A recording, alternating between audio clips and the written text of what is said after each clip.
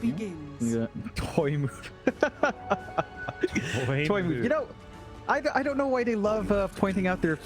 I know he's a Thai player, Toy. He stood in for Motivate Trust, and every single time, sometimes they just have to toss his name out. A Toy move. I think Toy would do likely. And it's like, all right. You know, they love poking fun at our best friend at My Pro Dota 10, whose birthday is every day. Thai boys just have their own memes. Having some fun. You know, you got to make fun of the oldies every now and then. You know, the boomers of Thai Dota. A difference here as Jabs and 23 Savage having some fun.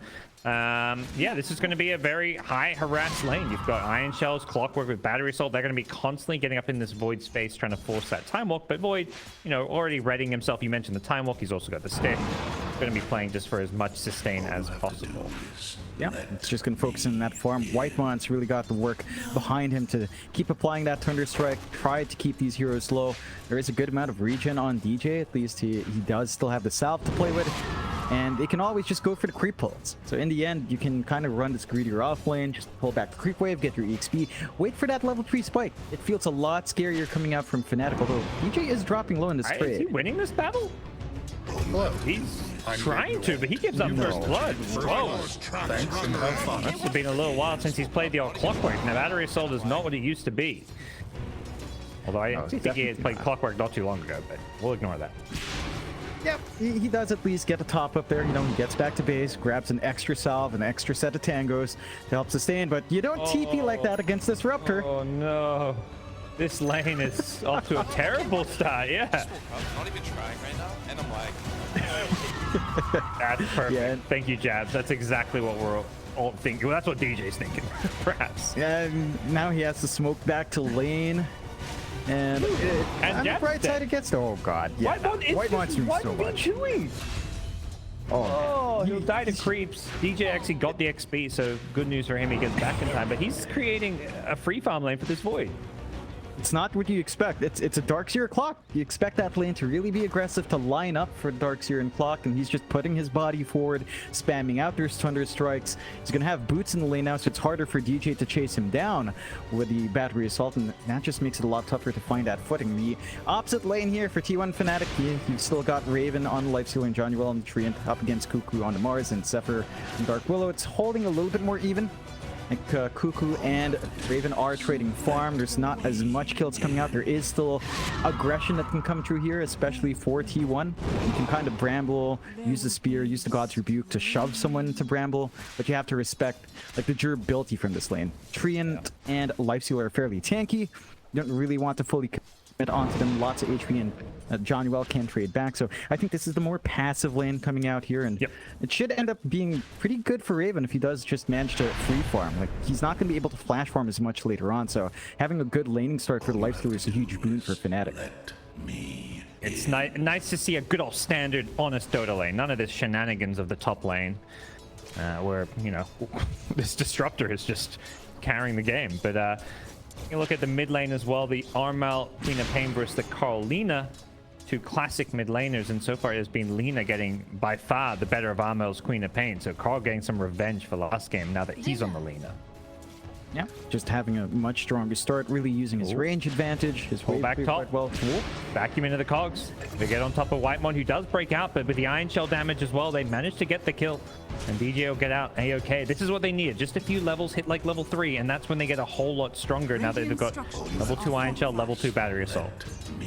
That's when the aggression can come in, and this is where you can start punishing the Disruptor. Savage is still fairly well protected.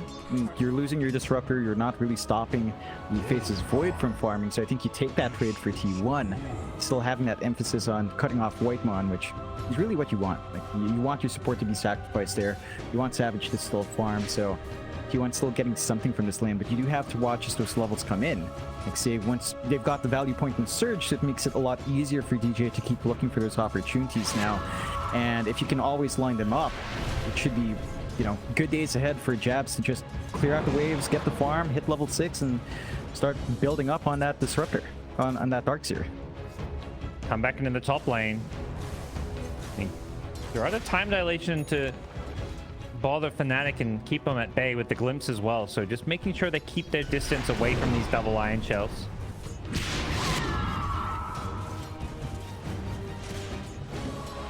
It's a bit tough. Like, you do at least have this window. Glimpse is a fairly long cooldown. It's into Armlet. You're pretty much set to go. You've got the vehicles on hand in the game. You can start running around at. T1 does rotate their supports onto mid, but so does Fnatic from cutting off those power runes. Armel not going to find his. The White Mon Make a good back here. LSA waiting for him. That's a kill. Karl. What a punk. Happily taking that one with the Laguna Blade. Tried to get the high five out of it. Nice big kill. Out from T1. Thought they had a response on Fnatic, but they only really tossed in John Uwell to cut off the bot rune.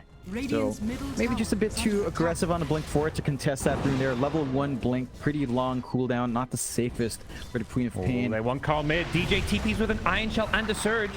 Doesn't get on top of the battery soul, and he's got a Disruptor White Mon there to help him out as well. So Lina able to hold her ground there. A cheeky little play from DJ and Jabs with the Iron Shell Surge TP, but doesn't even come close to working. And that frees up the side lanes a bit more. You're breaking up the Clockwork Darkseer lane, so that does make it a bit more relaxed there for Savage to just keep farming up, only having to deal with the Iron Shell, which is still annoying, but you've got Time Walk at a pretty good level now, so you can just kind of sustain through a lot of that damage. And that does also open up the bot lane a bit more, and they can punish Jabs again. Money to burn.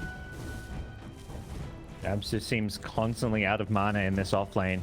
The harass that has been coming out from this Disruptor with the second point and the Thunder Strike, and Boyd just able to sustain himself in this lane means that it doesn't really feel like there's been too many kill opportunities for this Clockwork Darkseer lane.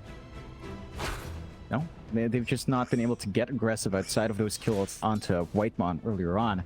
And with a shifting gears here, with the emphasis onto the mid, you are seeing, again, safe laners open up a bit more. It's a one-on-one lane for Raven, which is a little bit more manageable for Cuckoo. At the same time, you know, Raven's still not being stopped from farm, but he's starting to lag behind that Void. He's still going to have that earlier item spike, but you still have to be concerned about Void just playing the long game. Like, Savage is going for Mask of Madness into Maelstrom, so he can farm a lot faster than Raven can. They've already got the Infest up in Raven. Likely just waiting for those phase boots and for the armlet to really be done for getting any sort of movement out, but you kind of want that out early. Yeah, and that's kind of the problem. It's not just this top lane going poorly. I mean, we touched upon how well Karl has been doing against Armel, and Armel, we saw Armel dying. There's no counterplay, no TPs. T1 lose their Mars in the bottom. And nice pickoff coming out for Fnatic. Oh. Armel. Potential glimpse. LSA, is it time? You bet. Yeah, the chain stuns. T1 just has a lot more control coming out. They can line up with a glimpse back. Again, it's still level 1 blink on our Quap as well, and there's still that slight cast animation, so even if you do get glimpse back, try to immediately blink. If Karl lines up his Light Strike Ray just right, which he has been doing in the past few of these engagements, it's just really easy to keep them locked in, and makes it a lot harder for map control here, Gods, but the economy is still going T1's way. They've got the better jungle stacks. They've now called Karl and Lina. The fear comes out from the Terrorize. The Sonic Wave follow-up. Karl still alive. He's going to turn and try to throw out some damage. And with the TP in from 23 Savage, they've got a Chronosphere if they need it. And Armel is going to be next to full. Fnatic get a bit overzealous looking for the Lina kill. And they're going to have Januel get glimpse back in. And Lagunaed by Karl. 3 dead on the Fnatic side. T1 can get a T1 mid tower to follow it up. That is big. It looked like they had a really good angle on Karl, but they just didn't have enough follow-through damage. They weren't playing with the Infest. They just let Raven farm. And now Fnatic going for a more slower playstyle on Raven. You know, just trying to get those initial items before having him rotate in. Cost him a big amount of map control. Mid being gone opens up for a vac wall into Overgrowth. The team fight is starting to line up there into the cogs. Lots of potential for that control. They just have to pull it off. Looks like they'll just get that Shiv in on the top. Bot lane being shoved in by T1 as well. Rotations coming in for the defense. One smoking in with their Mars and Disruptor. So they have Static Storm, they have Arena. Can they counterplay this one? They start things off with the Arena as Karl gets hook shotted on. He's the bait here, but they're going to lose him to begin with. The Infest save is there, but DJ still too much damage for him to deal with him. The Static Storm on the ground means Lifestealer could be in some trouble. Can't get out of the kinetic field. Fnatic lose 2. Perhaps the right idea to start taking a fight and punishing this Lina, but T1 made sure they brought numbers. And he managed to counterfight really well. Just hard angles to take for the side of Fnatic. They managed to open up with a great hook shot, a great infest save, but they didn't have enough for everyone else. They didn't have... They could see Karl in a second here. DJ goes running in, gets the hook shot to lead things off. Triple TP coming in, but T1 may lose this leader before anything can be done. Gets pushed out of there. The overgrowth there as well. They need a bit more damage with the lead seed. Have they got Karl? You bet. Willow charging forward with the Bedlam, doing some good damage to counterplay this one. DJ now in some trouble with the Faceless Void there. Mask of Madness and a Chronosphere. Could look for this jabs Darks here, but he's standing on top of the wall, daring the Faceless Void to come in and go on him. Blink out from Queen of Pain. Can Savage find the Chronos looking for? There's a Sonic Wave on top. Savage gets low. He can't time walk it off because we've seen a couple of infests, but it definitely lines up off the back of DJ. And he's always got to be on point with his movement. Got the rage off in time. Cuckoo tried to blink spear him back. Daniel does get found by a Cursed Crown here. Follow up Bramble Maze and a Bedlam. A lot of damage. Daniel needs to get over these trees, and with the Yule Scepter, he's going to be chased down, and Karl will follow up with the Dragon Slave. It should be the kill. Okay, there we go. Took him some time, but they end up getting it. One of the things I was curious to see is, like, do Fnatic try and punish this Chronosphere cooldown? Like, it creates a window where they can try and maybe take a fight or objectives, but it seems like they are prioritizing just getting some of their items up. I mean, they could. I think the issue still stands that even without Chrono, you still have to worry about Arena, you have to worry about Static Storm, even the LSA, the Bramble Maze is also really strong. So they don't have the cleanest angle unless it's really just Savage standing alone that they can punish. If they find a Void without Chrono by himself, that's the opening you want, but T1's not giving them that opening. There's just no opportunity there for Fnatic to play around. They do have at least one forward ward in the triangle, but not enough watching that top jungle. Though the hook's out. Hook shot. They go in on the Dark Willow. Is the Iron Shell damage going to be enough inside the Shadow Realm? The spear is there to push him away, and the Dark Willow will survive. Jabs, he's maybe overcommitted now as well. Tries to run his way out, but there was a glimpse as well as a maze that he couldn't find a way out of. And it's just a bit clunky for Fnatic. Like, it really does feel like their initiation's only one route. It's really just clockwork hooking in. Maybe down the line, if you get a blink on John Uel, you can at least start with Overgrowth, much wider AoE. You can try to catch multiple heroes out and break it up. Armel? He's in some trouble here. Speared into the arena. Can he make a move if they want to stop this Roche going down? I imagine they know what's happening, but they need to make that smoke play happen soon. Roche not dying too fast, and as a result, T1 decide they've got to back off and let Fnatic come to them and play around their high ground advantage. They've got that ward on the cliff, so Fnatic try and head that direction. T1 can take advantage. Cool hook shot mid.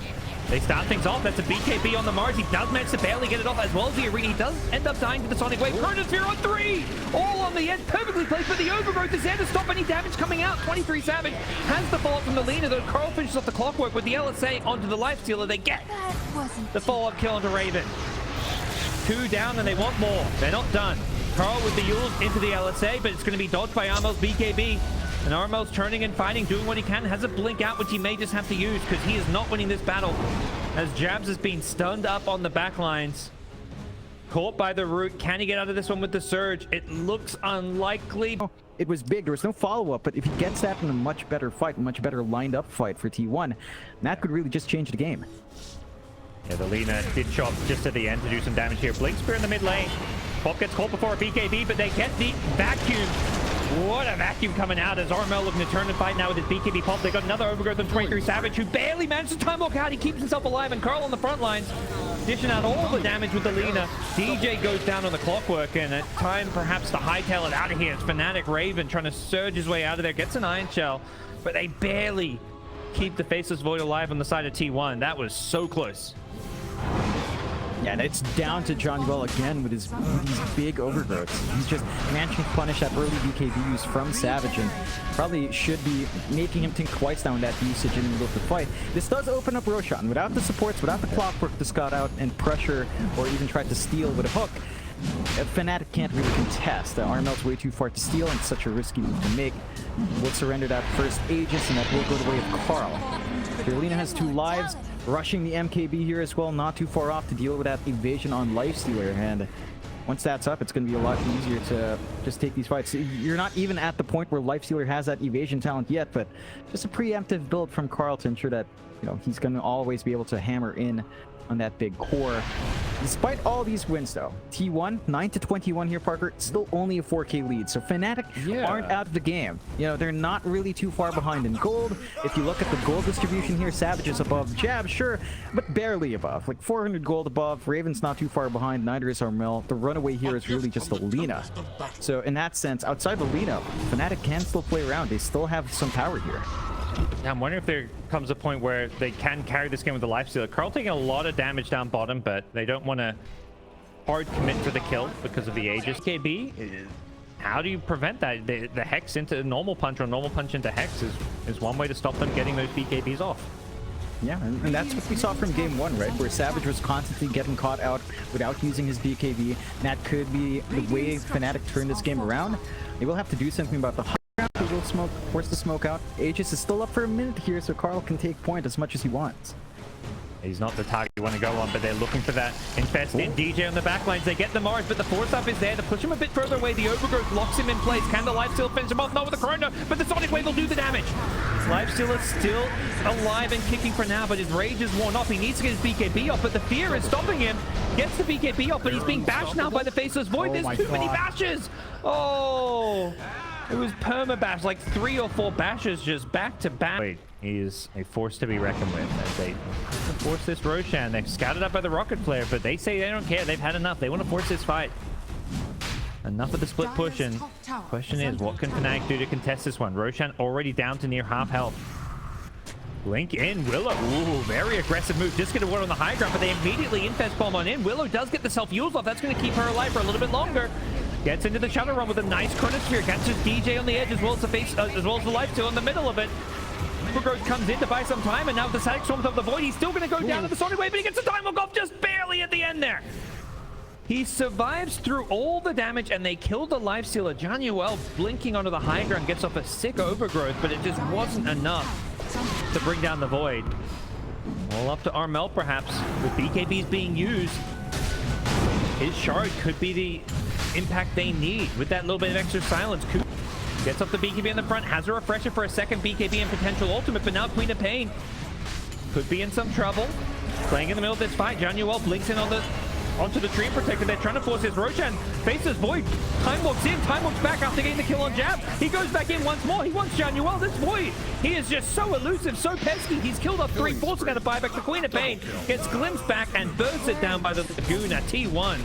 Playing the perfect game of hit and run, cat and mouse. They poke, they prod, they take the pickoffs. The Faceless Void just baiting out spells with this Time Walk and reverse. And they finally secure themselves Roshan. And it takes a while. They do manage to get the kills they need, force out a lot of buybacks as well. And that second row should open up the high ground here for the side of T1. They do give the Aegis over to Savage. So not on Karl anymore, but it does feel like the Faceless Void has been playing on the edge. It makes it a lot harder to burst him down. Something's a bit astray. They 5-man smoked themselves, realizing that Fnatic not showing on the map could be a bit of a tricky situation for them, and they're looking to see what they can find with an initiation. Both teams knowing that Roshan can be up any second, as it has passed that potential respawn time. T1, oh, gonna go up. Oh, Chronosphere. They jump in, they catch 2.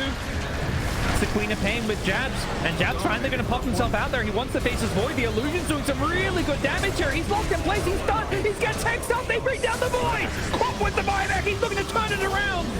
Great clockwork initiation in the middle, but then losing lives here. T1 are buying back, making sure they win this fight with Karl's damage. His Lina, just a machine gun turret in the backlines, bursting through Fnatic, despite the Void going down.